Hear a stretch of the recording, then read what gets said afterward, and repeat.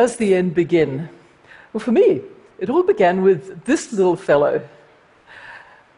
This adorable organism, well, I think it's adorable, is called Tetrahymena, and it's a single-celled creature. It's also been known as pond scum. So that's right, my career started with pond scum. Now, it was no surprise I became a scientist. Growing up far away from here, as a little girl, I was deadly curious about everything alive. I used to pick up lethally poisonous stinging jellyfish and sing to them. And so, starting my career, I was deadly curious about fundamental mysteries of the most basic building blocks of life. And I was fortunate to live in a society where that curiosity was valued. Now, for me, this little pond scum critter, Tetrahymena, was a great way to study the fundamental mystery. I was most curious about those bundles of DNA in our cells called chromosomes. And that was because I was curious about the very ends of chromosomes, known as telomeres. Now, when I started my quest, all we knew was that they help protect the ends of chromosomes. It was important when cells divide. It was really important. But I wanted to find out what telomeres consisted of. And for that, I needed a lot of them. Now, it so happens that cute little Tetrahymena has a lot of short linear chromosomes, around 20,000. So lots of telomeres. And I discovered that telomeres consisted of special segments of non-coding DNA right at the very ends of chromosomes. But here's a problem. Now, we all start life as a single cell. It multiplies to 2, 2 becomes 4, 4 becomes 8, and on to form the 200 million billion cells that make up our adult body. And some of those cells have to divide thousands of times. In fact, even as I stand here before you, all throughout my body, cells are furiously replenishing to, well, keep me standing here before you. So every time a cell divides, all of its DNA has to be copied, all of the coding DNA inside of those chromosomes, because that carries the vital operating instructions that keep our cells in good working order. So my heart cells can keep a steady beat, which I assure you they're not doing right now, and my immune cells can fight off bacteria and viruses, and our brain cells can save the memory of our first kiss and keep on learning throughout life. But there is a glitch in the way DNA is copied. It is just one of those facts of life. Every time the cell divides and the DNA is copied, some of that DNA from the ends gets worn down and shortened, some of that telomere DNA. And think about it, like the protective caps at the ends of your shoelace, and those keep the shoelace or the chromosome from fraying. And when that tip gets too short, it falls off, and that worn down telomere sends a signal to the cells. The DNA is no longer being protected, sends a signal, time to die. So, end of story. Well, sorry, not so fast. Can't be the end of the story, because life hasn't died off the face of the earth. So I was curious. If such wear and tear is inevitable, how on earth does Mother Nature make sure we can keep our chromosomes intact? Now, remember that little pond scum critter, Tetrahymena? Its craziest thing was Tetrahymena cells never got old and died. Their telomeres weren't shortening as time marched on. Sometimes they even got longer. Something else was at work, and believe me, that something was not in any textbook. So, working in my lab with my extraordinary student, Carol Greider, and Carol and I shared the Nobel Prize for this work, we began running experiments, and we discovered that cells do have something else. It was a previously undreamed of enzyme that could replenish, make longer telomeres. And we named it telomerase. And when we removed our pond scum's telomerase, their telomeres ran down and they died. So it was thanks to their plentiful telomerase that our pond scum critters never got old. Okay, now that's an incredibly hopeful message. for us humans to be receiving from pond scum, because it turns out that as we humans age, our telomeres do shorten, and remarkably, that shortening is aging us. Generally speaking, the longer your telomeres, the better off you are. It's the over-shortening of telomeres that leads us to feel and see signs of aging. My skin cells start to die, and I start to see fine lines, wrinkles. Hair pigment cells die. You start to see gray. Immune system cells die. You increase your risks of getting sick. In fact, the cumulative research from the last 20 years has made clear that telomere attrition is contributing to our risks of getting cardiovascular diseases, Alzheimer's, some cancers, diabetes, the very conditions many of us die of. And so we have to think about this. What is going on? This attrition, we look and we feel older. Yeah, our telomeres are losing the war of attrition faster.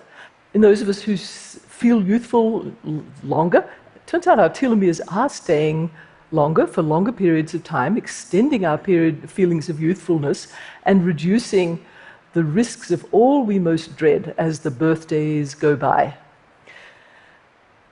Okay, seems like a no-brainer.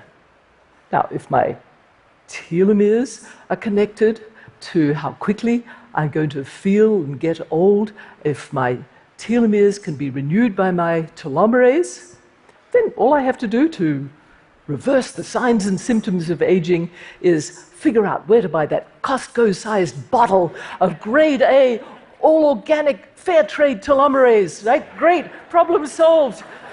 Not so fast. I'm sorry. Alas, it's not the case. Okay. And why? It's because human genetics has taught us that when it comes to our telomerase, we humans live on a knife edge. Okay, simply put, yes, nudging up telomerase does decrease the risks of some diseases, but it also increases the risks of certain and rather nasty cancers. So even if you could buy that Costco-sized bottle of telomerase, and there are many websites with marketing such dubious products. Problem is, you could nudge up your risks of cancers. And we don't want that. Now, don't worry. And because, well, I think it's kind of funny that right now, many of us may be thinking, well, I'd rather be like pond scum. Right. There is something for us humans in the story of telomeres and their maintenance. But I want to get one thing clear. It isn't about enormously extending human lifespan or immortality. It's about health span. Now, health span is the number of years of your life when you're free of disease, you're healthy, you're productive, you're zestfully enjoying life. Disease span, the opposite of health span, is the time of your life spent feeling old and sick and dying. So the real question becomes, okay, if I can't guzzle telomerase, do I have control over my telomeres length and hence my well-being, my health, without those downsides of cancer risks? Okay? So it's the year 2000. Now, I've been minutely scrutinizing little teeny tiny telomeres very happily for many years when into my lab walks a psychologist named Elizabeth. Now, Elizabeth's expertise is in the effects of severe chronic psychological stress on our minds and our body's health. And there she was standing in my lab, which ironically overlooked the entrance to a mortuary, and and she had a life and death question for me. What happens to telomeres in people who are chronically stressed? She asked me. You see, she'd been studying caregivers, and specifically mothers of children with a chronic condition, be it gut disorder, be it autism, you name it, a group obviously under enormous and prolonged psychological stress. I have to say, her question changed me profoundly. See, all this time I'd been thinking of telomeres as those minuscule molecular structures that they are and the genes that control telomeres. And when Alyssa asked me about studying caregivers, I suddenly saw telomeres in a whole new light. I saw beyond the genes and the chromosomes into the lives of the real people we were studying. And I'm a mom myself. And at that moment, I was struck by the image of these women dealing with their child with a condition very difficult to deal with, often without help. And such women simply often look worn down. So was it possible their telomeres were worn down as well? So our collective curiosity went into overdrive. Alyssa selected for our first study a group of such caregiving mothers, and we wanted to ask, what's the length of their telomeres compared with the number of years that they have been caregiving for their child with a chronic condition? So 4 years go by, and the day comes when all the results are in. And Alyssa looked down at our first scatter plot and literally gasped, because there was a pattern to the data.